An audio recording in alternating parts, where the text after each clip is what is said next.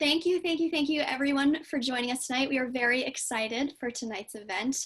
A little fun fact about this event was it was supposed to happen several months ago in person at the Yale Club, and we're very grateful to Professor Barnett for being willing to adapt to the virtual landscape with us. So for those of you who haven't had the chance to meet me yet, my name is Amelia Wald, and I'm the Executive Director of the Virginia Club of New York. I suspect that many of you have had a chance to meet me since it looks like we've got some familiar faces and familiar names, and it's always fun to see repeat attendees at our virtual events wherever you're calling in from. A couple technical notes for today's lecture is that whenever you think of a question, feel free to throw that up in the chat box, since we'll use the chat box to begin the Q&A at the conclusion of the lecture. And throughout the event, we may invite you to ask your question, unmute yourself and ask your question. So if you're comfortable with that, feel free to do that when you are called on. There should be a raise hand feature, which you're also welcome to utilize during the Q&A portion of tonight's event. And it is my pleasure to introduce Marva Barnett, who is a professor emerita of the University of Virginia, our dear alma mater. She's won several prestigious awards for her Hugo studies, including the Chevalier des Palmes Académiques, as well as the Thomas Jefferson Award. And so we are so pleased to have her and her incredible research today. And one of the things that I'm really looking forward to is sort of personal touches to this research about how intimate and wonderful and fantastic her perspective is on Hugo's philosophy. So with that, I will hand it over to Marva, and she can go ahead and take us away. Thank you, Amelia. That's a lovely introduction. Thank you. Thanks to everybody for joining me. I'm really happy to see you all.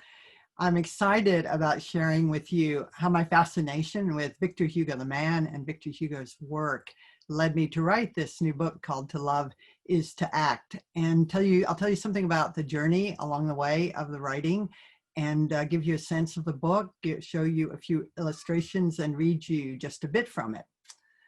So I have been absolutely entranced with Victor Hugo's poetic prose ever since I read his Hunchback of Notre Dame as a teenager. And so much so that I wrote my master's thesis on the theme of love, what else, in Chosen Works of Victor Hugo. So you can imagine that I was thrilled when I had an opportunity in the French department at UVA to teach a course all about Victor Hugo. And so we approached him, the breadth of him, Hugo as a poet, a playwright, a novelist, an essayist, a political activist, and he was even also a graphic artist. And in that class, which was in French, we were able only to read a short abridged edition of Les Misérables, his epic novel. It is a very good abridged version, but you can't get those whole 1,300 pages into something that, it's like this. So I was a bit frustrated. I gave the students, and they were too, to some extent, I gave them more of the novel.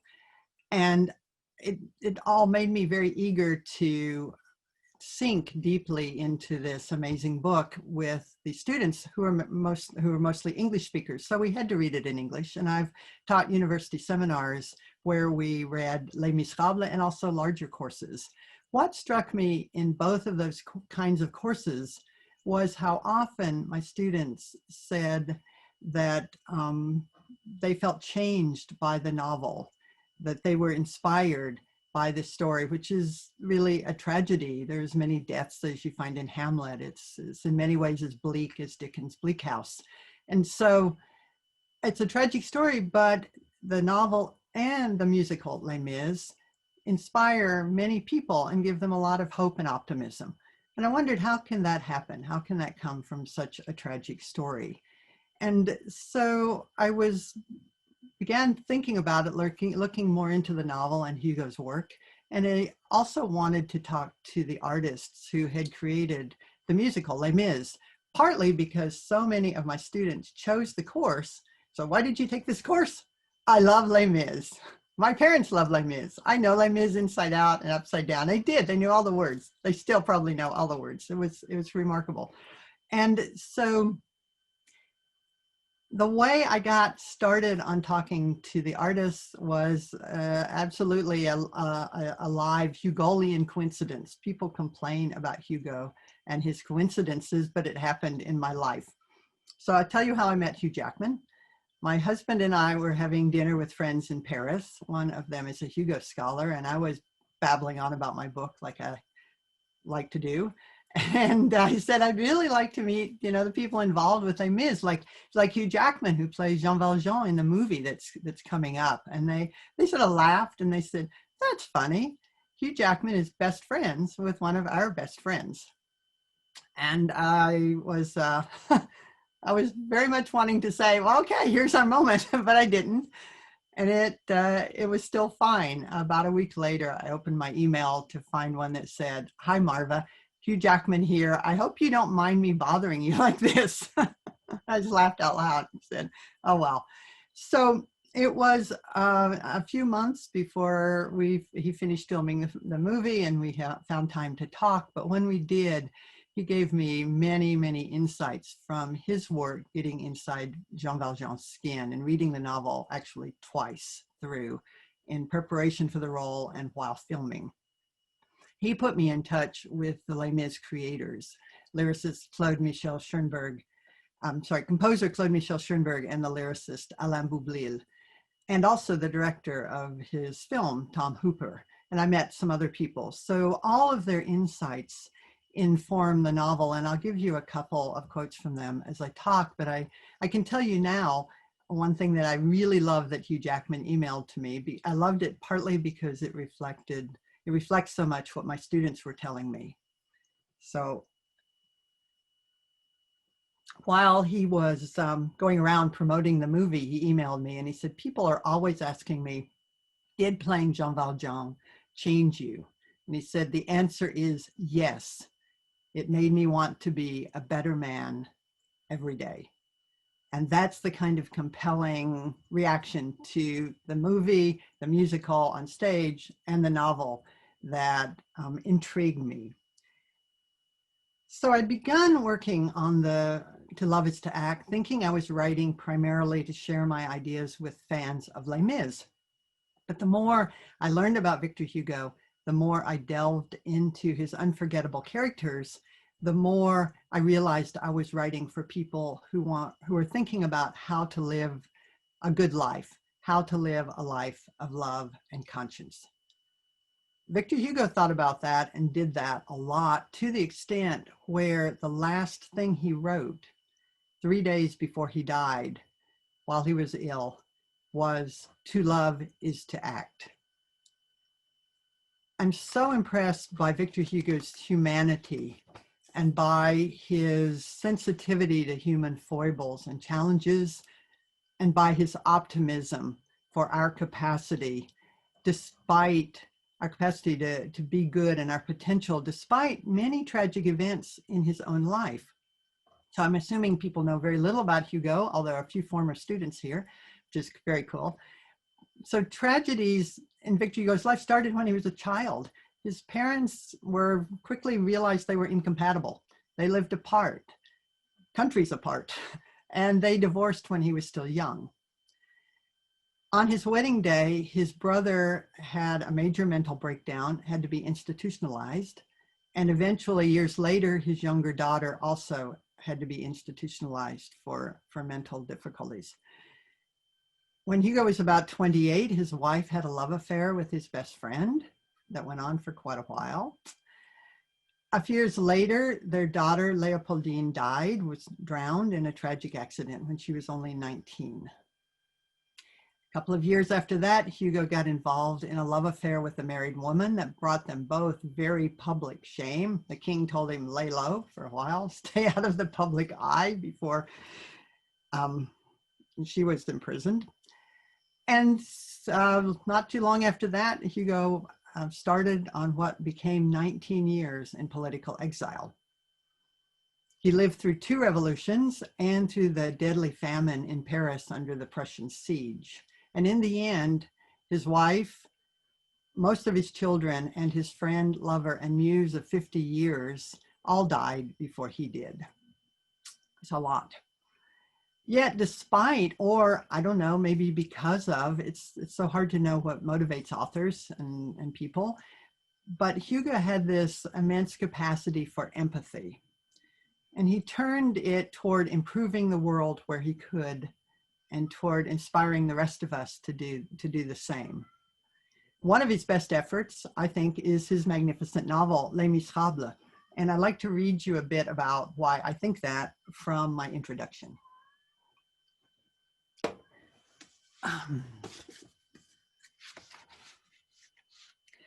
Victor Hugo consciously, explicitly wrote Les Misérables in order to help change society. The key points he laid out in the novel's famous epigraph resonate today when we see widespread poverty and hunger despite economic advances, lack of adequate schooling, and some wages so low that full-time workers struggle. Hugo's poetic summary, the novel's epigraph, invites readers from any culture to make the connection to their own situations. And I'd like to read you the epigraph. As long as through the workings of law and customs, there exists a damnation by society, which artificially creates hell in the very midst of civilization and complicates destiny, which is divine, with a man-made fate. As long as the three problems of the age are not resolved, the debasement of men through proletarianization, the moral degradation of women through hunger, and the blighting of children by keeping them in darkness. As long as in certain strata, social suffocation is possible.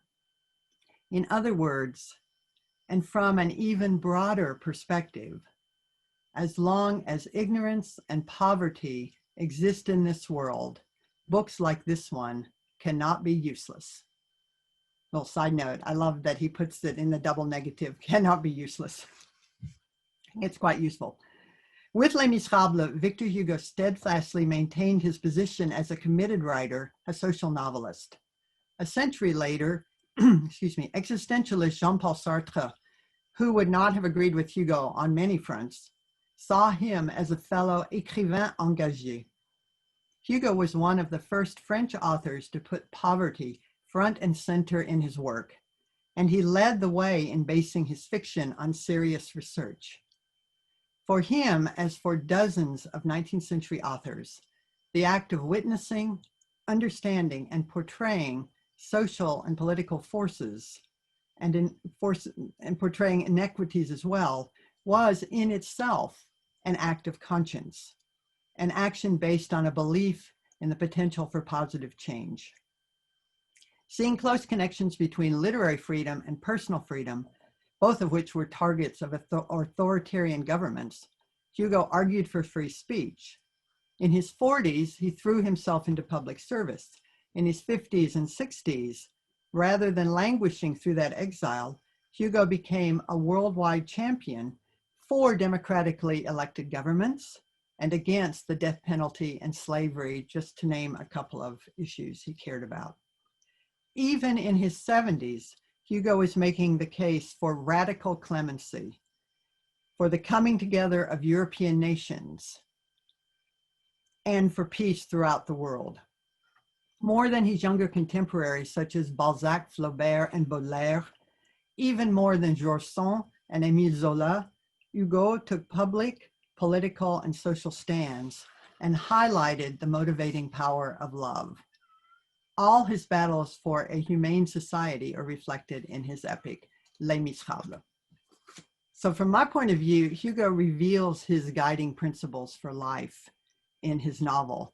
And those guiding principles are the things that drive most of my essays in To Love Is to Act. So to give you an overview of my book, I'll show you, with Amelia's help, I'm going to show you a few chapter openers and illustrations and talk just a bit about each one. Hugo believed that we really need to see each other. When Jean Valjean was released from prison, the only person who could see him as a human being was Bishop Myriel. This is an illustration from the first edition. Hugo believed that if we really pay attention to other people, we will allow love to grow and will act from that place of love. And that takes us into the next chapter and the next slide. There you go. All right, so this is Hugo in the white hat who, along with his family, offered weekly free lunches to the poor children on the Channel Island of Guernsey, where they were in exile. He'd read that children were much healthier if they had meat and wine, which is interesting to us today, once a week for food, and the children weren't getting that. And so beginning when Les Misérables was published in 1862 and continuing for the following 8 years in exile, and even when he came back to visit on Guernsey, they regularly offered these weekly meals as a way of acting out of love for others. And this seems like a good point to show you in the next slide, his manuscript of To Love is to Act, Aimer c'est agir. He's still writing pretty well at age 83. Also in this chapter, I include one of my favorite quotes from director Tom Hooper. It's about Jean Valjean's awakening, the awakening love he feels as a father, what Schönberg and Boublil captured, I think, in the new song Suddenly for the movie. I was impressed as we're sitting there a year after the filming and the release of Les Misérables, that Tom Hooper could pretty much quote Victor Hugo by memory in this little quote I'll read you from the book here. He said, "What really excited me in the novel was discovering that Valjean has a second epiphany when he meets and takes charge of little Cosette. You have this man who's about 46. He's completely given up on the idea of living a family life where he would have children or get married or find love. So to discover in himself that power is extraordinary." The quote from Les Misérables goes something like this. "This was the second white apparition that Jean Valjean had encountered. The priest had taught him virtue. Little Cosette taught him the meaning of love." And that's the quote that Tom Hooper gives. And then he continued to say, "I think my entire take on the film really is expressed by that quote. I wanted the audience to understand that it's the story of a double transformation. Firstly, the opening up of the heart in a compassionate relationship with the world. And then secondly, possibly through that first opening, a second, deeper opening of love continues into his being." So Hugo thought that from acting from that place of love, we can do a great deal of good. So in the next slide, you see my chapter 2, we can forgive. When Bishop, if you know the story at all, you know that when Bishop Myriel gives Valjean the candlesticks to go with the silver he'd stolen, he's giving him his forgiveness. So here's obviously Hugh Jackman from that scene in the movie. We can also, from a place of love, follow our consciences. Here's one of Hugo's drawings, one I really like a lot. Conscience before a bad action, saying stop. And the conscience plays too into our sense of what's morally right. And Hugo was very aware and talked and made it very clear in Les Misérables that there can be a conflict between what's morally right and what's legal. And that's what my chapter 7 is about. That's the next slide. Either Valjean or Javert, either the law, Javert, or what is conscientious, what's right, which might not always be legal.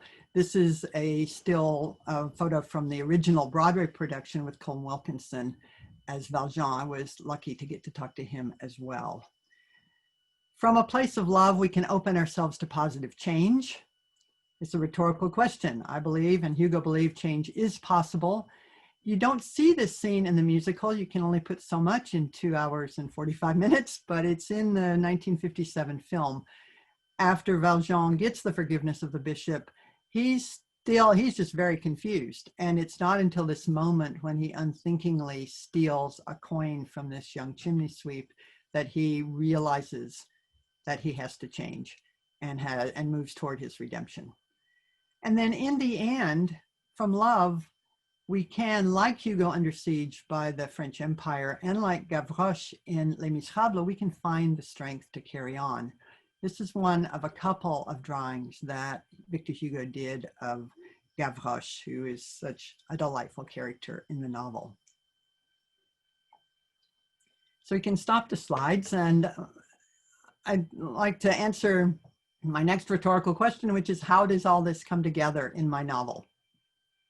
Well, first of all, I really was curious about what underpinned these principles of Hugo's. And so I looked into his lifelong search to understand who or what is beyond us. Never baptized. Hugo was never baptized in a majority Catholic country. He was not a regular churchgoer, but he nevertheless spent his life trying to get closer to a divine being, what he often called the universal spirit. And even as he incorporated into Les Misérables the Christian ethos of his culture, Hugo brilliantly also wove into his story his sense of an unknowable divine being closely connected to nature, and a being which constitutes our conscience and our capacity to love. Tom Hooper recognized the breadth of Hugo's vision. He told me that he wanted to make Les Mis in an inclusive way. He said, the first time I saw the musical, thinking I might make a movie of it, I noticed that line, to love another person is to see the face of God. And I thought my job as director is to make that line belong to everyone, and not make people who are not Christian or Catholic feel excluded. And I think I kind of achieved it with Hugh's help. So it's nice I get to talk to Hugh Jackman as well. And he talked about, they dovetail very nicely. They seem to like working together. Hugh Jackman talked about how he sees Les Misérables as he put it, a human story. He said, it speaks to the heart of the trials and tribulations of being human, and the ideals we should strive for. I believe that at the heart of all the world's religions, any kind of Christian, Buddhist, Muslim, or whatever, there's this sense of devotion to something greater than ourselves, something that connects us all. And that's what Les Misérables is speaking to. In To Love is to Act, I delve into the spiritual influences on Hugo, such as his interest in other world religions, particularly Hinduism and Buddhism. And with his family, Hugo experimented with seances for a couple of years, which is absolutely fascinating. But what most intrigues me, and I love to read about, is how important it was to Hugo to be surrounded by the sea during his exile in the Channel Islands. So I'd like to show you just two more images and to tell you a little bit more about that. Hugo often painted or drew the sea. And here's one example of a pen and ink wash that he called the end of the temporary breakwater on Guernsey as seen from my lookout. And some of you, I think, know about Hugo's lookout. Here we are inside it. Hugo designed all the public spaces in his Guernsey home where he lived for 15 years. It's called Hauteville House on Guernsey. It's a museum open in the spring and summer. It's a delightful place to go. It's all been renovated just recently. And this is how it looked before renovation when I was last there. So you can see it's all glass. He called it in English, the lookout. And this is where he wrote. He had finished Les Misérables from this level of the house, but the lookout was built after he finished Les Misérables. But he wrote a number of novels and much poetry, his visionary poetry, from right here very early in the morning. Hugo also often explicitly connected his writing with the sea, as in a journal entry that I'd love to recite for you, as I just find it so beautiful and it's just so appropriate to this room and it's relevant to Les Misérables. He wrote, I live in a splendid solitude, as though perched upon a rock peak, with all the waves vast foam and all the skies great clouds under my window. I live in this immense dream of the ocean. From time to time, I awaken from this eternal contemplation to write. But there's always on my stanza or on my page a bit of the cloud's shadow and the sea's saliva. My thoughts float and come and go as though loosed by this giant swaying of the infinite. What doesn't float, what doesn't vacillate, is the soul face to face with eternity. It is conscience face to face with truth. Conscience face to face with truth is obviously a key concept for Victor Hugo. For him, conscience connects us to the divine, and together with love for others, points us to how we should live. So I'd like to read you my last excerpt from chapter 6, listening to our best selves. This chapter begins with a scene when Hugo is at the top of his game. At age 38, he'd just been elected to the prestigious French Academy. He had been a well-known poet since his early 20s. He was a successful playwright. He was earning his living through his writing. He was often beginning to be called by other literary people, the master, le maître. So he had everything to lose and nothing to gain when he saw a man attack a prostitute in the street. Just as Hugo's Fantine does when similarly attacked in Les Misérables, this woman that Hugo saw let out a piercing scream and struck the man who hit her back after he'd put ice down her back. The ensuing fight brought the police running. As Hugo reported, they seized the woman and did not touch the man. At first, Hugo did not intervene. Even though he's sometimes associated with prostitutes, we can tell that from his journal notes, it would not do to be publicly seen with one. But Hugo joined the crowd following the officers and their suspect to the station. Then, like the onlookers he disparages in his novel, Hugo watched the proceedings through the window. The two sergeants, who were unknowingly serving as models for Inspector Javert, these two sergeants ignored the woman's protestations of innocence. They ignored her grief and her accusations against the man who had attacked her. Hugo later reported to his wife that he had hesitated to enter the police station, recounting to himself the reasons why he shouldn't. He was well known. The newspapers were full of stories about his recent academy election.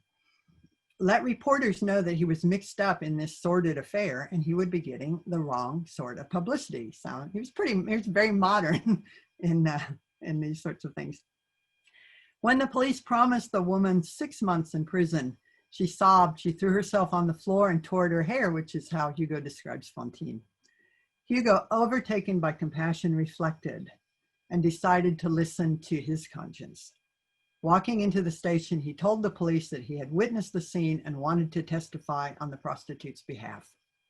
But oral testimony was not enough. Because the police had begun their report, the commissioner said, he could release the woman only if Hugo signed a statement. To save an innocent person, Hugo agreed to sign. He knew that committing himself to getting truly involved was the right thing to do.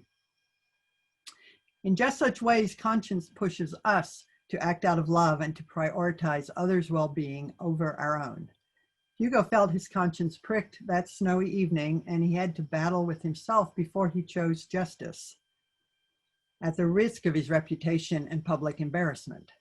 In Les Misérables, Hugo depicts with heartrending reality how conscience connects with caring and how harrowing it can be to follow our conscience. His characters struggle with conscience in some of the novel's most thought-provoking scenes, internal confrontations that intrigue my students. They argue vociferously about whether and why Marius should save the father of the woman he loves or help the man his dying father asked him to protect. He can't do both. They agonize with Jean Valjean over whether he should ruin his life in order to save an innocent man. And they appreciate Inspector Javert's anguish when he senses that what he believed to be his conscience was false. Outside of the classroom, plenty of issues call on our conscience, on us personally as well as on us in society. How should we deal with refugees from war-torn countries? What is my role in a country ever more polarized between conservative and liberal, Black and white, urban and rural? What should I think when I learn that a well-connected friend who admitted defrauding a widow goes free? I know that less well-off people who commit relatively minor crimes spend years in prison. What does my conscience say, and how do I act? Some people have famously followed their conscience at great personal sacrifice, and they often seem villains to some, even as they are heroes to others. Think of Mahatma Gandhi, Dr. Martin Luther King Jr., Nelson Mandela, or Malala Yousafzai, to name just a few people. In the long run, or from an international perspective, their work for social justice and the public good is applauded. In the short term and locally, however, they have been arrested, shot at, imprisoned, exiled. Many were as explicit as Hugo about the power of conscience. Mahatma Gandhi said, "There is a higher court than courts of justice, and that is the court of conscience." Dr. Martin Luther King Jr., "There comes a time when one must take a position that is neither safe, nor politic, nor popular, but he must do it because conscience tells him it is right." And Hugo, "Obeying my conscience is my rule, a rule with no exceptions." As many of you know, the character who's most aware of his conscience is Jean Valjean. Hugo takes us inside the conflict between Valjean's desires and what he knows to be right half a dozen times in the novel, from that moment that I've mentioned where he has to decide whether he will sacrifice himself to the rest of his life at hard labor to save the innocent man, all the way up to the end of the novel, where I won't spoil it for you if the pleasure of reading this amazing novel still awaits you. In chapter 6, then, we explore Valjean's strikingly human struggles with his conscience, but I also recount some of Hugo's personal moments of crisis and how he deliberately chose the conscientious path. Hugo risked imprisonment or execution. There was a price on his head, or the exile that actually happened when he opposed the coup d'etat that ended the Second French Republic. After 8 years in exile, he rejected the general amnesty. He chose to stay in exile, what turned out to be another 11 years, famously saying, "I refuse to return to France before liberty returns." And in his 60s, Hugo so tenaciously fought for forgiveness and clemency for the communal revolutionaries, even though he didn't agree with most of what they were doing, that he risked his life and his safety to offer them asylum. Hugo, of course, not the only person, as I said before, to care about his conscience. In writing this book, I loved seeing how modern activists' ideas and choices paralleled Hugo's actions and his ideas in Les Misérables, sometimes in remarkable ways. I was intrigued to discover that, like Hugo, South African President Nelson Mandela was very aware of the conflict between what's morally right and what's legal. I like this quote from Mandela. "I would say that the whole life of any thinking African in this country drives him continuously to a conflict between his conscience on the one hand and the law on the other. This is not a conflict peculiar to this country. The conflict arises for conscience, for people who think and feel deeply in every country." And as I explain in To Love is to Act, I'm impressed too by how powerfully Brian Stevenson makes the case for considering what's morally right, no matter what the law says, and for seeing every person as a human being. I loved his book, Just Mercy, and also the film. Today, we face this moral and legal question all over the place. I think, for me, it's in particularly in the disproportionately high rate of incarceration for Black Americans, Black men especially. It's in our ongoing debate over immigration and the people who are caught up in that. and it's in the fight to abolish the death penalty in this country. Still, despite how big these issues are, where do conscience and altruistic love fit into our world of selfies, self-promotion, and exhortations to self-reliance? I believe that Les Misérables shows us. Hugo celebrates people whose generous love makes them care more for other people than for themselves. Bishop Myriel, Jean Valjean, Fantine, Éponine, Gavroche, the Barricade Boys, and others in the novel. And Hugo shows this without cringing from the tortuous realities of conscience. Of course, issues of conscience don't need to be as big as apartheid or social inequities or the life and death decisions that Valjean faced. Conscience is equally important in our daily life and, of course, essential to our moral character. Even if we don't pay attention to conscience, Hugo says near the end of his story, we are never done with it. He says, conscience is bottomless, being God. But as I've made the point, Hugo believes that God is love as well. As he concluded in his book-length poem, which he entitled God, it's called Dieu, God has only one face, light, and only one name, love. The artist who created Les Mis felt this. I especially like how Alain Boublil understands Hugo's expression of the divine nature of love in all its aspects. He said to me, Victor Hugo saw religion as a way to link people through a message of love.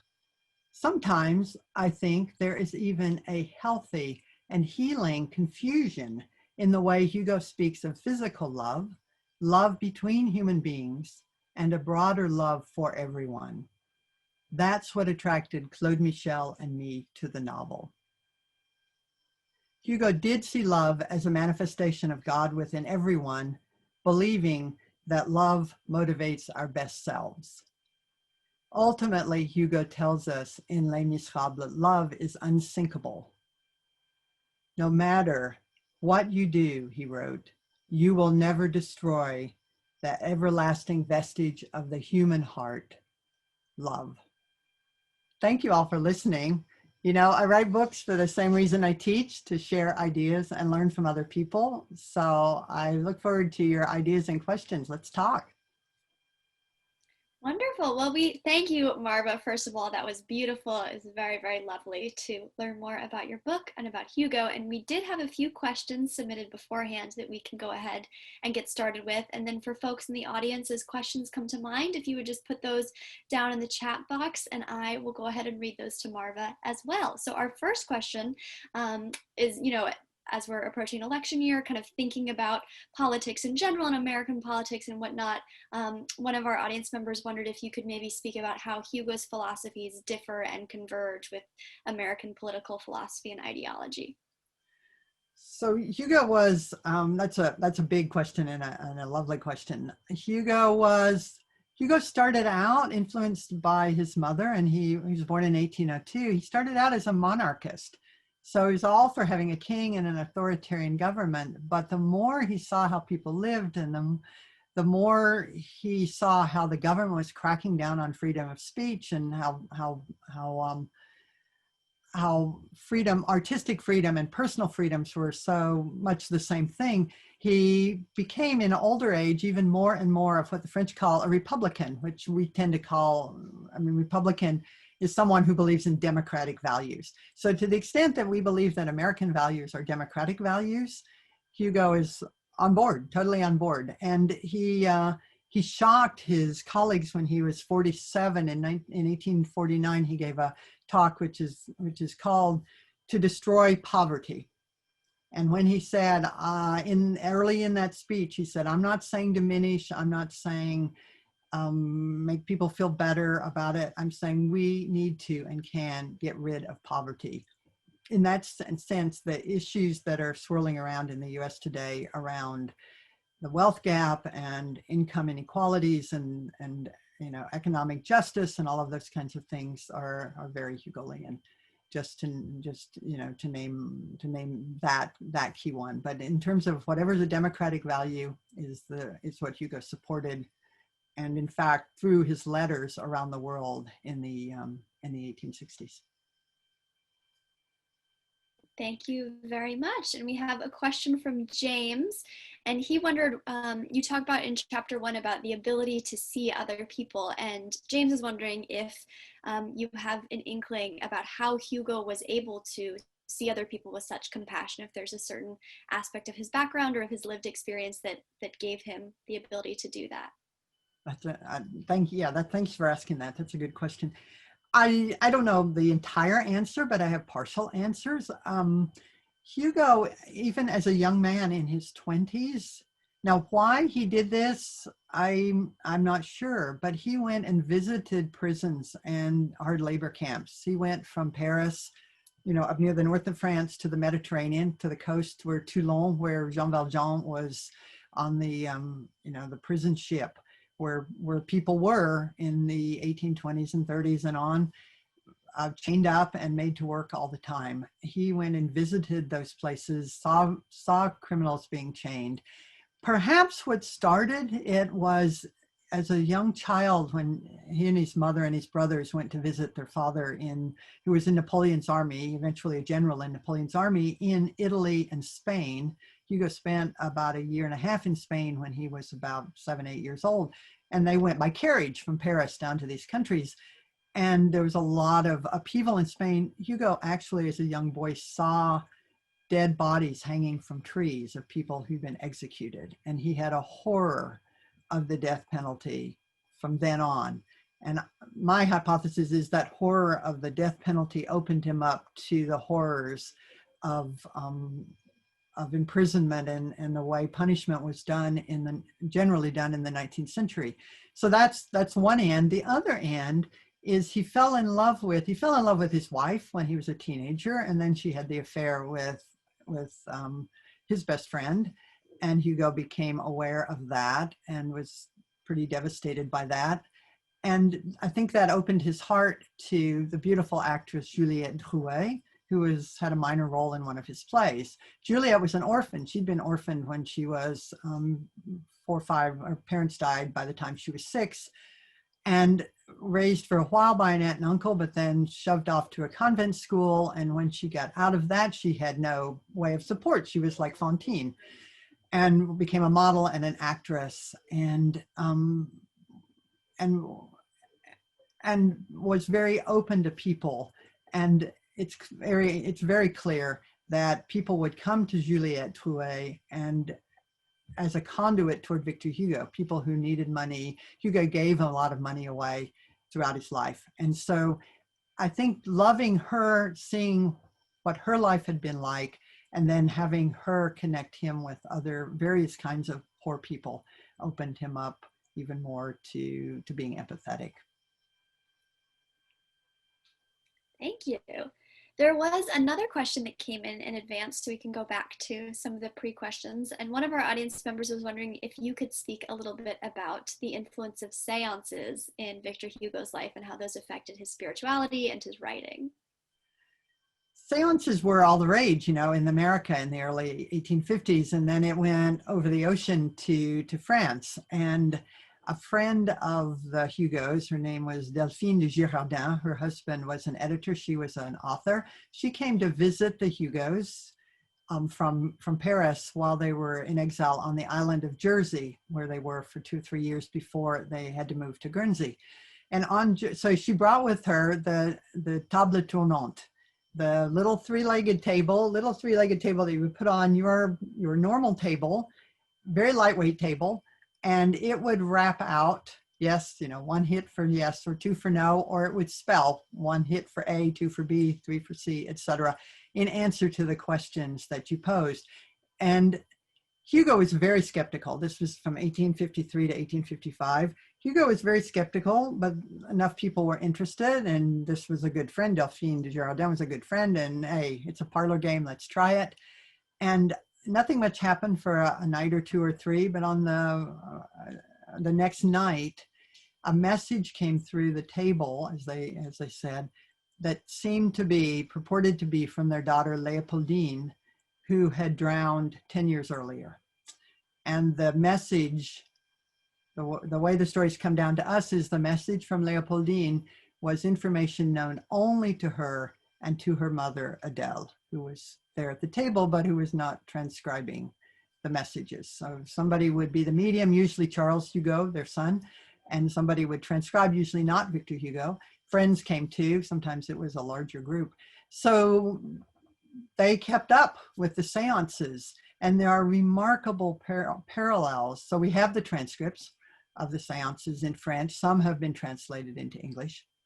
Remarkable parallels between what the table said and some of Hugo's visionary poetry that he wrote in the poem I told you, God. He wrote another one called The End of Satan. And he wrote some of the poems in Les Contemplations, the Contemplations, are also visionary poems, and especially the one that wraps it up, What the Mouth of the Shadow Says, words that come from beyond, from the other world. And so in his poetry, we see very clear reflections of the seances. In Les Misérables, that's an interesting question, and I hadn't thought to ask that, and I don't know the answer. I know one way to look for the answer would be to Hugo wrote, let me back up. Hugo started writing Les Misérables in the 1840s. He stopped when the revolution happened, and he put it down for 12 years. He did a lot of other things. He picked it back up. So the seances were 1853 to 1855. He picked the manuscript back up in 1860, so 5 years later. And he'd written, I'm going to guess off the top of my head, maybe 85% of the novel. And a lot of that he didn't change. He added a lot of what people call digressions in the novel, which thematically and symbolically echo the rest of the novel, but they are digressions in that they leave Jean Valjean's story, or they leave the barricade to talk about something else. But so what we can do is go back and look. The group, what's called the Hugo group, the Groupe Hugo, a research group in Paris, has posted up the original manuscript of Les Misérables from the 40s, and then all the additions from later. You can study that and see what he added. There's, so I don't know. I'm really, that question makes me want to find out. So thank you. The best kinds of questions lead to more questions. Exactly. And we have a wonderful question from Paul, who notes that Les Mis is so powerfully shaped and rooted in the forgiveness of Jean Valjean by the bishop. And Paul wonders, was there a dramatic experience of forgiveness in Victor Hugo's own life, where someone forgave him perhaps in his youth? And if not, what else could inspire such a dramatic story of forgiveness? Well, that's another good question. Oh, these are all good questions, of course. He was forgiven, and he forgave. So around these various love affairs.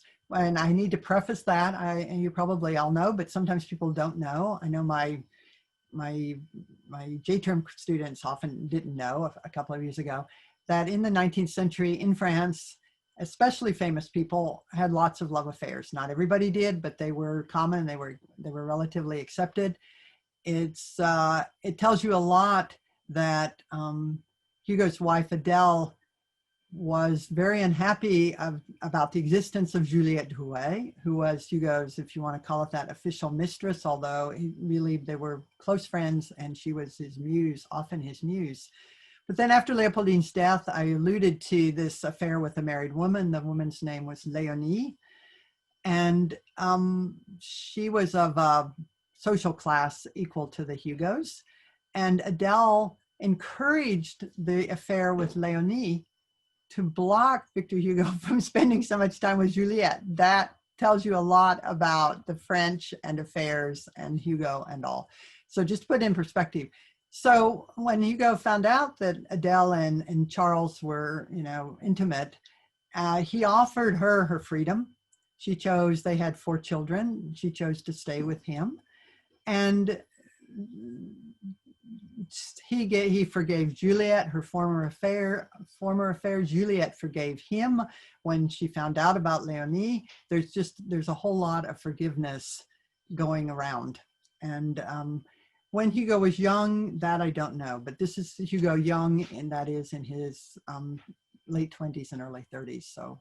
So I know I can, that's historically accurate. Thank you. And it looks like we'll probably have time for one or two more questions. So feel free to put your questions in the chat. And if we don't get to them today, we'll be sending all of them to Marva so that she could have an opportunity to answer them on her website. So don't be afraid to throw any last questions into the chat. But our next one is from Marcy, and she wonders if you could speak a little bit more about Hugo's efforts to promote the rights of women. Ah, yes. Well, you see it in Fantine. We see there's a very short chapter in Les Misérables that is an ironic title, Christ Freed Us, in which Hugo makes it really clear that women are not free. Women who in that period who are not supported by some male member of the family have no choices. The choice is prostitution, begging, that kind of thing. So he's making the case. He's making the case there. He also argued that women and men should have an equal freedom in choosing whom they love, and which was really radical at the time to give women that kind of freedom. He supported, there were women revolutionaries in France, Louise Michel and Pauline Roland. Louise Michel was one of the communards. These were people who took over Paris when they just couldn't agree with the conservative government that had given in to the Prussians. And Hugo was very supportive of them and argued that women should have the equal right to fight and be revolutionaries and that kind of thing. Thank you. Always inspiring to hear that Hugo supported women's rights. Peter has a question regarding, you mentioned briefly, you alluded to the J term that you do in Paris, often with UVA students. And yeah. Peter was wondering if you could comment on the conditions of Paris before the city was redesigned and how the Paris of today differs from Hugo's Paris. That's a great question. That's an enormous question. So Hugo missed, it's really interesting, Hugo missed that redesign. I think we're talking about the Baron Haussmann under the Second Empire, under Napoleon III, where we get the Champs-Élysées and the Étoile and all those big wide boulevards that Haussmann created and the fancy buildings that came out of that. Haussmann was not able to, I think he died, but I'm not a Haussmann specialist, but something happened to keep him from doing the same thing to the middle of Paris, to the third and fourth arrondissement, or the Marais and the surroundings. So you still find those narrow little windy streets. That's where the Place des Vosges is. That's where Hugo and his family lived for over a decade, and where the museum, the Maison de Victor Hugo, is. So you can see in that area an awful lot about what the Place des Vosges is built in the 17th century. So it looks nicer now, I think, than it did when Hugo was alive. You can see a lot of what in Paris, what Hugo's Paris looked like there in the center of Paris, and then the other parts of Paris that don't have the big boulevards and all of that. What's interesting about Les Misérables in Paris is that, so Hugo's vision he did not go back to France for those 19 years. His family did after the general amnesty, but he didn't. So he has I can't think of it in English, a vision figée. He has a fixed and frozen vision and idea of Paris from 1851, right, which was December 2nd of 1851, is when Louis Napoleon Bonaparte took over the government, dissolved the legislature, said, "I'm president for life. If you don't like it, get out of here, or we'll kill you." And so Hugo is, finishing Les Misérables, writing about studying most of it is set in Paris, setting it in a Paris that he remembered from pre-Haussmann days, which was not, so all that happened in the 1850s and 60s when Hugo wasn't there. I hope if I answered that question. If I haven't, ask me more. I'm not sure I answered that. I think you answered it beautifully. And we do have one final question, which I think is a great note to end on from Wynn. And she wonders, she knows that, you know, you've since retired from teaching, and of course that gives you some opportunities to explore the intellectual life. Although sadly, I imagine that you probably don't have the same perch that Hugo did to look out onto the sea down in Charlottesville. But Oh, I was wondering if you have thoughts about further work, and if there's other sources of inspiration you're interested in exploring. oh, I want to, yes, thank you. I want to learn, you know, more about Hugo. I used to laugh at professors who had their work all wrapped up in one author, and I'd say, how can you possibly, I didn't say it to them, I said, how can a person possibly do this? This is so narrow. I mean, there's so much more in the world. How can you do this? And then I fell back in love with Victor Hugo, and there's just so many directions in his life. So the project I'm working on right now, I'm revisiting with another professor emeritus from UVA, Robert F. Cook, a medievalist from the French department, who did the translations for To Love is to Act. That book is actually dedicated to Bob. Bob and I are working together on, he's translating all of Hugo's work, and we're going to put out in an all English version a book that I published with Yale University Press a decade ago, I guess, called then Victor Hugo on Things That Matter. So it's an introduction to Hugo and his ideas with my introductions, and then it's an anthology with Hugo's writing. So the current book has me in English and Victor Hugo in French, which limits the reading public pretty drastically.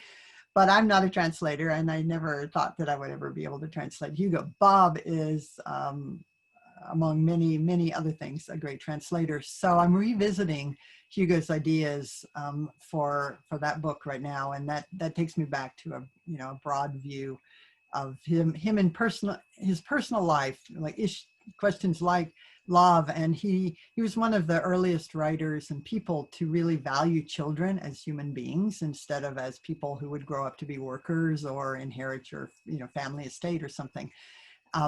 To the more public side, the kinds of things we've been talking more about today.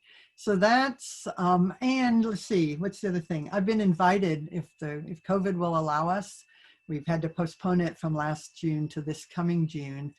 There's Victor Hugo Society on Guernsey, and they've invited me to be at their Victor Hugo weekend and talking about those what they call the banquet of Les Misérables, those lunches for poor children. And I'm looking forward to learning a whole lot more about how that worked and who was involved. Descendants of those children, of course, are still living in St. Peter Port and on Guernsey, which is pretty exciting. Wonderful. I think we all know a post-COVID travel destination to add to our list now, which I'm sure the list is piling up for most of us, at least for me. And Yes. I want to extend a huge thank you to Marva for sharing her perspective with us and Victor Hugo's perspective. This was lovely and wonderful. And thank you to all the audience members. We had a great crowd today. And Marva has an exciting offer for you all, that if you would like to read the entirety of To Love is to Act, her new book, she does have a discount code from her publisher, which we can distribute via email in the coming days, along with a survey about tonight's event that we encourage you to fill out and give us some feedback. And so we are thrilled that all of you could join us. Thank you for your questions. We'll make sure to send all those to Marva in case she'd like to answer those more in depth on her website, which we will also link in our follow-up email. And I hope that everyone has a wonderful evening, and thank you so much for joining us. Thank you, Amelia. Thank you all. Bye-bye.